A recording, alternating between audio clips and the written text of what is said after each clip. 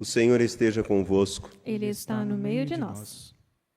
Proclamação do Evangelho de Jesus Cristo, segundo Marcos. Glória a vós, Senhor. Naquele tempo, os discípulos tinham se esquecido de levar pães. Tinham consigo na barca apenas um pão. Então Jesus os advertiu: prestai atenção e tomai cuidado com o fermento dos fariseus e com o fermento de Herodes. Os discípulos discutiam entre si: é porque não temos pão. Mas Jesus percebeu e perguntou-lhes: por que discutis sobre a falta de pão? Ainda não entendeis e nem compreendeis? Vós tendes o coração endurecido? Tendo olhos, vós não vedes, e tendo ouvidos, não ouvis? Não vos lembrais de quando repartis 5 pães para 5.000 pessoas? Quantos cestos vós recolhestes cheios de pedaços? Eles responderam: 12. Jesus perguntou: e quando reparti 7 pães com 4.000 pessoas, quantos cestos vós recolhestes cheios de pedaços? Eles responderam: 7. Jesus disse: e vós ainda não compreendeis? Palavra da salvação. Glória a vós, Senhor. Caríssimos, caríssimas, neste dia quente aqui no Santuário Basílica Nossa Senhora da Piedade, acredito que nós devemos ter uma temperatura agora de 24 graus, é isso, João? 21 graus. Então, a minha sensação de calor está maior do que a temperatura efetiva. Estamos aqui em um dia realmente lindo, magnífico. Saudando a você que nos acompanha pela TV Horizonte, pela Rádio América, também pelos nossos canais no YouTube e Instagram, Mãe Piedade. Nós hoje, nesta terça-feira, voltamos-nos para aquilo que a Igreja pede para que os corações retos e sinceros possam, conforme o próprio Senhor prometeu, receber em seu interior a habitação daquele que é a razão última de nossa história. Aquele que nos consola, que tanto nos amou e que tudo ofereceu por nós. Ele disse que habitaria nos corações retos e sinceros. Então contamos com a graça dele para que o nosso coração seja reto e sincero. Mas o que significa isso? Mas o que significa isso, tendo a liturgia da palavra como base para a nossa reflexão? O que significa isso para acolhermos a bênção que o Senhor nos concede de pais, como filhos?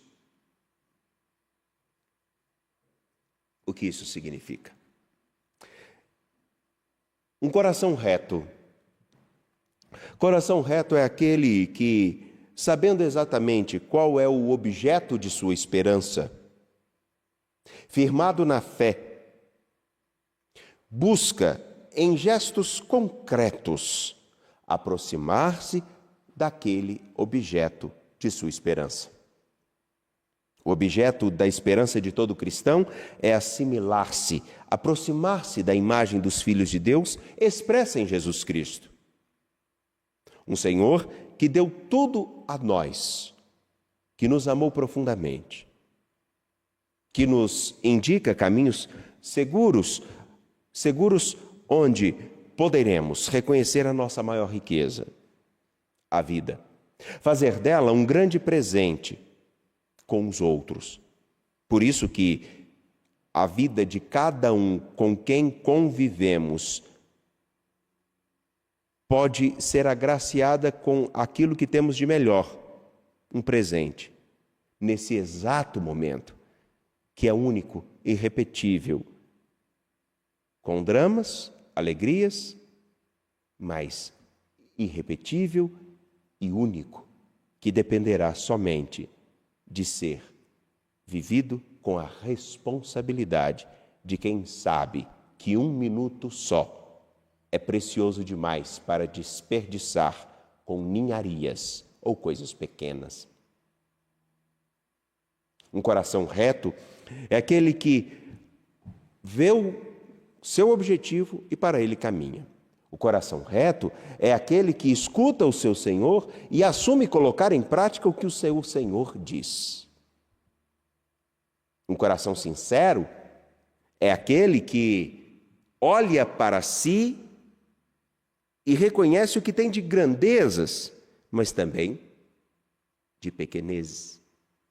Olha para dentro de si e reconhece que há muito o que mudar e só conseguimos mudar aquilo que olhamos com honestidade. Uma pessoa avarenta não passará a ser mais desprendida, mais disponível, oblativa, se não tomar consciência. Eu sou avarento, eu sou orgulhoso, eu sou ganancioso. O primeiro passo para alguém se converter e melhorar é ser sincero consigo e com os outros. Sincero com a vida. Sinceridade é mais do que simplesmente dizer uma verdade, porque existem pessoas que falam tanta verdade que destroem os outros. Mas o sincero é aquele que consegue tirar de si o que ele tem. O sincero é aquele que consegue dizer o que ele pensa sem ofender. O sincero é aquele que olha para si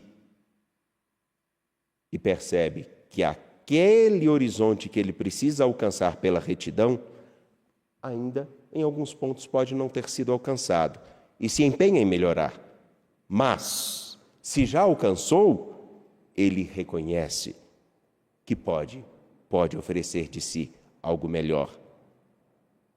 Pois bem, isso embasado na Escritura tem todo sentido, porque Noé é um homem de coração reto e sincero. O Senhor nosso Deus cria o ser humano e espera dele a retidão e a sinceridade. A retidão de escutá-lo e com ele construir uma história, e a sinceridade de não se esconder como o primeiro homem faz, de não se esconder pela vergonha ou porque se acha bom demais para olhar para o seu Senhor, autossuficiente demais para construir com o seu Senhor uma história, confiante demais em si, que despreza a graça e a presença daquele que com ele caminha na história. Noé é um homem que constrói a arca com o seu Senhor, o coração reto diante do que o seu Senhor diz. Entretanto, não é assim todos os seres humanos. Na narrativa do Gênesis, o homem começa a deixar crescer dentro de si o que havia de pior. Seu coração não é reto, seu coração passa a não ser sincero, começa a esquivar-se de suas responsabilidades e desvia o seu olhar de quem realmente poderia orientá-lo para a felicidade no presente, como acabei de falar. Ele deixa o coração do seu Criador magoado. E que, numa tentativa de exemplificar o tamanho da mágoa do seu Senhor, o autor sagrado chega a dizer que Deus teria se arrependido de fazer o ser humano. E, tendo arrependido, gostaria de recomeçar tudo de novo. Mas não é isso que o Senhor faz. Ele tira do meio da humanidade o que há de melhor, para que a humanidade, no que há de melhor, consiga se reconstruir na retidão e na sinceridade. Noé fez tudo o que o Senhor lhe havia ordenado. pegou das espécies de animais puros e dos impuros, porque na verdade não existe alguma coisa que seja impura fora do homem, a não ser aquilo que o homem cultiva dentro de si, lembremos-nos. E o que faz com que o mundo estivesse tão ruim é o que estava dentro do coração do ser humano. Como hoje, o que faz com que a vida seja pior é o que é cultivado no coração do ser humano.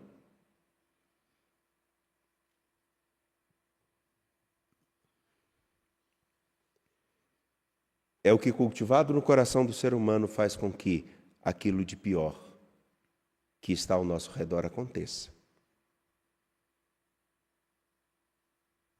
Que pena que ainda precisamos caminhar muito para entender que a retidão e a sinceridade que é preciso buscarmos não passa por aquilo que falamos, mas naquilo que nós cultivamos dentro de nós.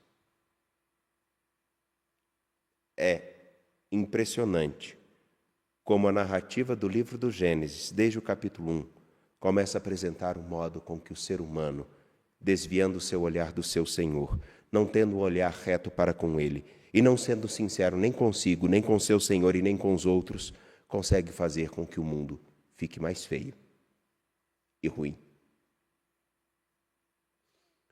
E me perdoem, gosto de lembrar, a narrativa do Gênesis, por exemplo, agora na situação do dilúvio, mostra que Deus elimina tudo que é de ruim e dá toda a história novamente para o ser humano construir um novo caminho.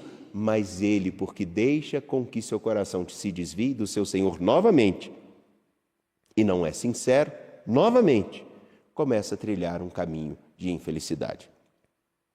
Somente para recordar, lembremos-nos que foi a falta de retidão no olhar de Adão e de Eva que fez com que se desviassem do seu Senhor. Porque, enquanto o homem olhava para o seu Senhor, ele sabia como cuidar de tudo. O dia em que ele olha para o próprio umbigo, tudo perde o seu sentido. A sinceridade, por que comeste da árvore que eu te pedi para não comer? Porque a mulher me deu. Ora. E mulher, por que você comeu? Porque a serpente me disse que seria bom. E é interessante que serpente não fala. E eu acho que é interessante essa imagem. Ainda que na narrativa diga que a serpente fala, a serpente não fala. É como quando nós escutamos dentro de nós aquela voz que diz, desvie-se, e a escutamos e dizemos que é alguém ou algo fora de nós. O problema não é o que nós escutamos, é o modo com que isso continua a ressoar dentro da gente e é cultivado. Faltou a sinceridade ao primeiro homem de dizer, eu desviei o olhar do teu olhar. Mas agora eu quero voltar a olhar. Faltou isso. E essa história sempre se repete como agora. O problema não é Deus fazer com que o dilúvio aconteça. Será que o homem voltará a olhar para o seu Senhor com a retidão e a sinceridade que são necessárias? Ou ele desviará a sua atenção do que é essencial? Não acolheremos a paz que o Senhor nos concede como filhos e não conseguiremos dar a Ele a glória devida se nós não estivermos com o coração reto e sincero diante dEle. Não existe conversão sem retidão e sinceridade. E aqui não é aquele esquema fajuto e fútil, aonde muitos procuram simplesmente falar de pecados. Não. Porque as obras de pecado são frutos de um pecado cultivado. o de desviar o olhar do seu Senhor. Daí então não há paz. Daí então não se dá glória. O que hoje acho significativo para nós é olharmos com atenção para aquilo que diz Gênesis na narrativa de hoje. Deus está pronto para fazer uma nova história com o ser humano, mas é necessário que ele seja reto e sincero. Sincero. E é muito significativo que uma história similar tem traços em Marcos capítulo 8, versículos 14 a 21. No Evangelho de Marcos, como é citado pelo próprio Senhor, nos versículos 19 e 20, ele já tinha multiplicado os pães. Ele já tinha vivido dois momentos significativos com seus discípulos. Mas enquanto estão atravessando na barca para um outro local, eles discutem sobre a falta de pão. Só tem um pão, e isso se torna um problema para eles. Vejam que traço singular. O problema é que alguém teria que assumir a responsabilidade por não ter mais pães. O problema é que eles estão com Jesus numa barca, mas não olham para Jesus com retidão. E falta sinceridade. Porque a retidão é reconhecer quem os conduz, com quem eles estão. E a sinceridade é dizer, nos esquecemos ou então não temos. Alguém tem sempre que ser o culpado? E se a responsabilidade de alguém, como recomeçar se ele não assume a sua responsabilidade? Mas o problema aqui não é de fato a falta de pão. O problema aqui não é somente uma ausência de sinceridade ou de retidão, como falei anteriormente. O grande problema aqui é a falta de identificação com quem estão os discípulos. Eles viram Jesus multiplicar pães, mas ainda não entenderam quem é Jesus. Conseguem observar a falta de pão, mas não quem multiplica o pão. Estão a caminho de um lugar, mas não sabem aonde querem chegar e nem como estão indo. Só vão. São o protótipo daqueles que querem a saciedade, mas não reconhecem quem sacia. Talvez sejam exatamente aqueles que querem uma nova história, mas não se comprometem com a construção da mesma, porque o outro é que vai ser o responsável, nunca eu serei. Isso não é reto. E aí não há sinceridade. Porque sinceridade se faz, inclusive, quando reconhecemos, eu não dou conta de tal coisa. Mas por não dar conta, não quer dizer que eu não me comprometa em auxiliar quem consegue dar conta. Então aqui me perdoem se estou ficando demasiadamente extenso nessa reflexão, mas aqui eu concluo. Os discípulos estão com Jesus, mas o seu olhar não está reto e direcionado para aquele que é a verdadeira esperança. Ainda não. Ainda não reconhecem quem é Jesus. Porque Jesus não é só aquele que multiplica pães, é aquele que sacia a necessidade de algo mais profundo do que a fome de pão. Falta a sinceridade, que não é dizer a respeito dos outros, mas a sinceridade de reconhecer o papel de cada um nesse caminhar, nessa viagem que fazem com Jesus. falta essa sinceridade de reconhecer: o que tenho é só isso. Ou o que temos é isso. Mas o que temos contigo pode se tornar muito. E o porquê digo isso? Ao indagar aos discípulos, no versículo 19, quando reparti 5 pães para 5.000 pessoas, quantos cestos vós recolhestes cheios de pedaços? Eles responderam: 12. Logo depois, ainda ao perguntar: e quando reparti 7 pães com 4.000 pessoas, quantos cestos vocês recolheram? 7. Então vocês não compreenderam que o problema não é a falta de pão, e vocês ainda não compreenderam quem sou eu na vida de vocês, porque vocês não se reconhecem como os 12 responsáveis por fazer com que um novo tempo se inicie, e vocês não recolhem ainda a graça plena que vos concedo em estarem comigo, porque vocês não observam atentamente o que significa estar comigo. Não olham para mim como deveriam olhar, e deixam com que dentro de vocês o fermento de Herodes e dos fariseus cresça. E é o mesmo fermento que fez com que, mesmo com a história de Noé, a humanidade se perdesse.